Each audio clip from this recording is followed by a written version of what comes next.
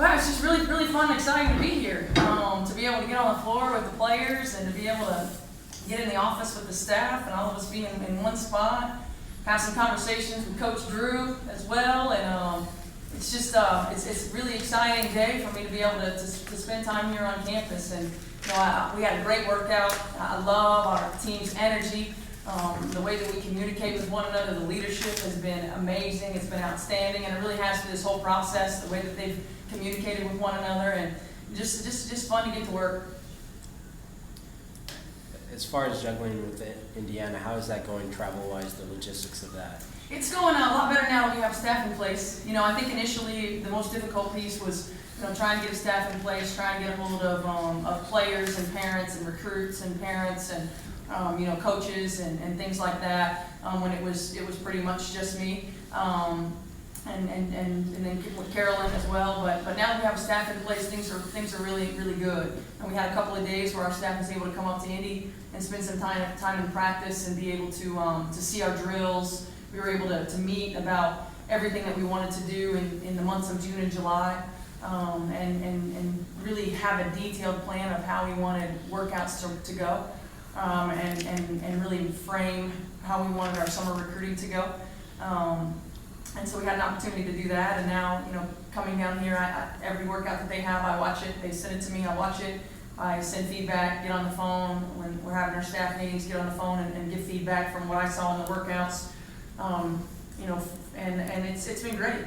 It's been great. And when I'm able to come back at the end of July, we'll sit down and we'll game plan for August and September. That's the next time we be back in July? Yep, next time I'm back is end of July, the 21st. Can you talk a little bit more about recruiting, particularly how y'all are handling that in such an important time? Yeah, Joy Cheek is amazing. I mean, Joy's our recruiting coordinator, and she's amazing. She's extremely detailed. She's very well organized. She's got a handle being from Duke. The Duke and coaching at Duke and playing at Duke, and then being at Ohio State, the type of student athletes that we are going to go after. And her being around Coach Peck and Coach Kelly and myself, the type of student athletes that will fit into the system that we want to play. And so for her to already have the vision, along with her detailed oriented process to really give us a handle on which direction we're going and who we're talking to and when we're talking to them and how we're talking to them. And for us, the biggest thing that we want to accomplish in the recruiting process is building relationships.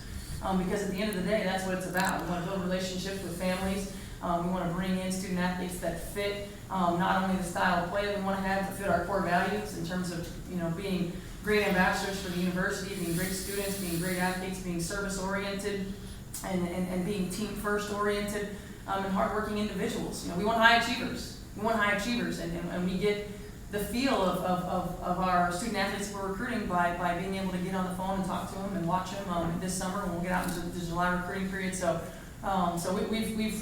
we've got our beacon out there, and now we're heading towards it. Coach, have you been able to actually get on the phone and talk to recruits, or is Yes. that something? Yep, I'm on the phone talking with recruits, talking with coaches, talking with parents. Yeah, absolutely. Personally, what's the schedule been like for you so far? It's been a little hectic. It was a little hectic early. It's calmed down now that we have staff in place that can really, I think, execute the vision here on campus. With technology, I mean, you're recording with your phones. Are you kidding me? We have all this stuff, right? I mean, with technology, it's easy. It's easy because we can communicate, we can FaceTime, we can Dropbox videos. It's really everything is one click away. So with technology, it makes it a lot easier for us to have a great communication process amongst our staff, to be able to reach out and talk with recruits, for me to be able to watch workouts. But now that we have staff here and really executing everything that we want to execute on campus, everything's settled down a little bit. Has all that stuff been as effective as you would have hoped?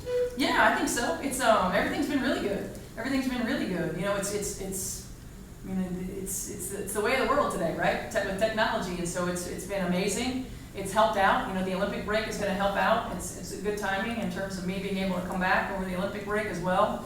And having the relationship that I have with Carolyn and with Kelly and with Joy, they're all ready. Like any one of these people are a head coach somewhere in the country if they want to be. So the fact that we have this staff staff here that can execute the vision, that I trust and believe in 100%, every step of the way, it gives me peace of mind. It gives me peace of mind. And then it's just reinforced every time I get to watch our workout and I see us executing the details the way that we want to execute them. And I see the energy of our players, the way they're getting up and down the floor, the way they're communicating.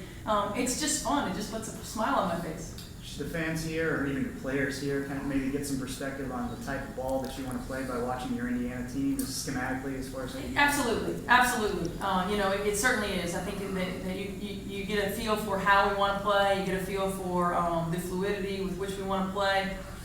You get an opportunity. Gosh, that's the second time I've done that. You get an opportunity to see really the vision of the program going in the future. So I encourage all of our players. I encourage all of our recruits to watch our games and really see where they can envision themselves in the process and in the system. Being here at Vanderbilt in particular, from a recruiting standpoint, again, is it kind of best of both worlds, having a national brand and having the local recruiting base? No question. I mean, there's no question that it's the Vanderbilt brand, the level of commitment to excellence, academically, athletically, an amazing community. And our staff is extremely service oriented, and one of the things that we want to do is really get out into the community, and we want to connect with the community. We want to serve the community, and so to be able to have the level of excellence that there is here in Nashville and here at Vanderbilt University, it's a no-brainer in my opinion. And now we're going to go out and we're going to search out the kids that fit our core values. The kids who want to be high achievers in every level of their life, the kids who want to be future leaders. And we're going to help prepare them to be future leaders. And the competitive level of ball here in Tennessee and in Middle Tennessee. Oh, no question about it. No question about it. You get an opportunity to recruit your in-state athletes. They get an opportunity to see the vision for the program athletically. Certainly, the reputation academically has always been here. And now they can see athletically where we want to go with our vision on the court. So certainly you want to try to keep them home. There's no question about it. You kind of give us perspective on your day. Let's say it's a game day for the Fever.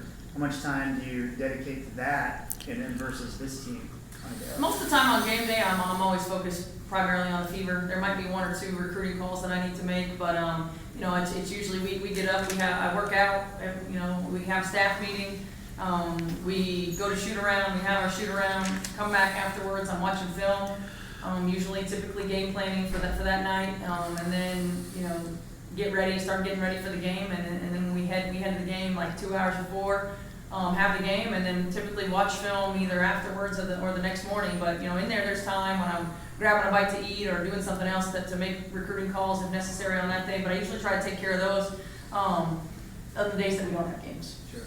You're coaching at the top level, you're going to have to transition. Are there going to have to be some mental changes that you kind of have to go through, transitioning from pro to college? I think there's going to be some changes. Obviously, things aren't going to be as fast-paced. I mean, I think one of the things that no matter what level you're jumping to, whether it be from high school to college or college to pro, everyone's bigger, faster, stronger. And so there's no question that some of that pace, some of that timing is going to slow down, which means that my mind's got to slow down, my patience has to really be there. But at the same time, the level of expectation, it doesn't change.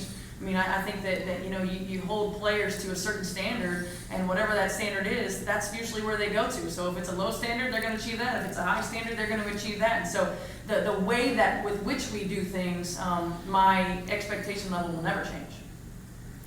In addition to winning, how will you measure success for this team? It's about growth. It's about where we started in June. Where are we in August? Have we gotten better? Have we grown as a unit? Are we a little bit more fluid in the things that we're attacking? Are we a little bit more fluid in our reads? Are we a little bit more confident in the system and the way that we want to play? And then where we go from August to December. Have we improved in our reads? Have we improved it? It's a much more intangible measuring stick that you get from being there day in and day out and watching the growth process. I mean, at the end of the day, yeah, we want to win. But winning and losing, just like analytics, isn't the end-all be-all, and it doesn't really tell the true story. I think how effective our players are in our system, I think how comfortable and confident they feel in the system, I think the way that they play and serve one another and make one another better, the way that we get quality, high percentage shots, regardless of whether they go in or not, the way that we that we dictate, communicate, and execute on the defensive end. You know, it's about controlling our controllables, and it's about getting better one day at a time. And those are the things that I ask our players. I ask them to be team first mentality, to control the controllables, which to me those are all effort related, and to be better today than we were yesterday. And as coaches, we'll see that day in and day out. And a lot of times you don't see it live, but when you have an opportunity to go back and watch the practice film, hey, we really did that a lot better than we thought we did. You know, sometimes I'll watch the workouts one time and I'll watch it and I'll be nitpicky about everything, and I'll watch it a second time and be like, oh, you know, it really wasn't that bad. It was pretty good. And so it gives you perspective. You've spent virtually your entire life in Indiana. What's the appeal of this situation to you? Well, I almost came here. I mean, you know, there was an appeal when I was, you know, 15, 16, 17 years old. So, you know, the academic integrity of Vanderbilt is second to none. And for me, I'm a high achiever. And so when I was thinking about where I wanted to go to school, had Vanderbilt had aviation at the time, which is what I started majoring in, I would have been here, possibly. But, you know, at the end of the day, you know, I went to Purdue. I had an amazing time at Purdue. I got a great degree, won a national championship, made some of the best friends that I've ever made. And it was about the journey, not necessarily the destination. And I know when we think back about our experiences, a lot of times it's about those experiences and not necessarily the winning and losing that we remember. But, you know, for me, the blend of academic success, the ability and an opportunity to coach in the SEC conference at a university that has the same core values that I have, in terms of having high achievers, in terms of preparing future leaders, in terms of being service-oriented, and having the overall experience of a student athlete really align with my vision of what I wanted out of a program. And so it's just a great fit. And to be able to come to a city like Nashville and establish roots, you know, before my kids are getting ready to get into school, was really important to me, to have that stability and be able to establish roots in a place that I want it to be, and in a place that I am invested in a place that I feel very confident that we can attain the levels of success that we want to.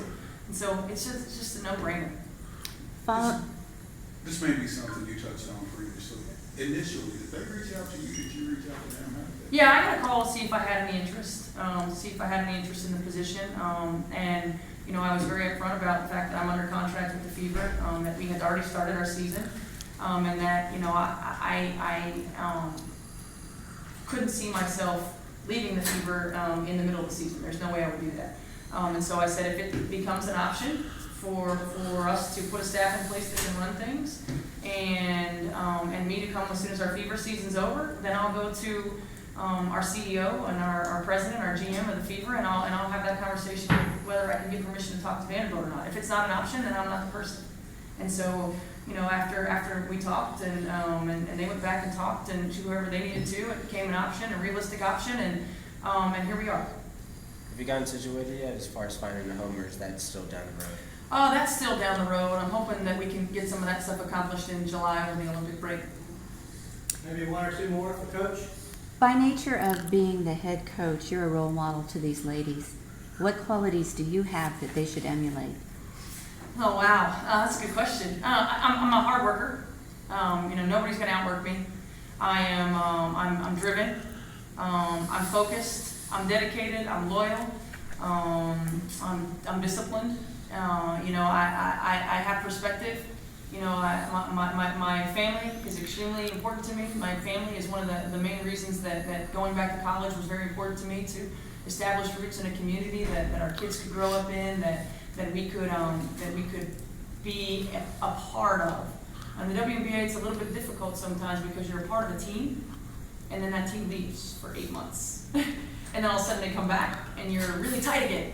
And then they go away again. It's like this separation anxiety kind of feeling that you get sometimes. But you know, I feel like in terms of leadership and understanding perspective and what it means to be quote unquote successful and having priorities in line, I feel like I have that. Do I feel like I've always had that? No, but just like everybody does when we grow up and we have life experiences, it gives us different perspectives. And I want to be able to share those life experiences to be able to share those perspectives, and I want to be able to help every single young woman on our team accomplish their goals and their dreams, just like I've been able to accomplish mine, and hopefully am still accomplishing. Last one, then I got one more. Stephanie, have you gotten used to coaching from the ends versus the side? No, I was actually just talking to Bryce about that today. I was like, how are you going to do practice? Are you going to just stay down at the end and really work on? So we were kind of strategizing about that. I don't know how I'm going to get used to that. We're just going to have to simulate it in practice and do the best that we can, and work on our communication. I think more than anything, the system that we want to put in really empowers our team to take some ownership. And so I have to trust them and believe in that ownership, and they have to trust themselves to be able to take that ownership to another level. And I think that's going to be our growth process all year long, is continuing to build trust and belief and ownership and accountability and confidence in ourselves and in one another. All right, thanks so much for coming, everybody.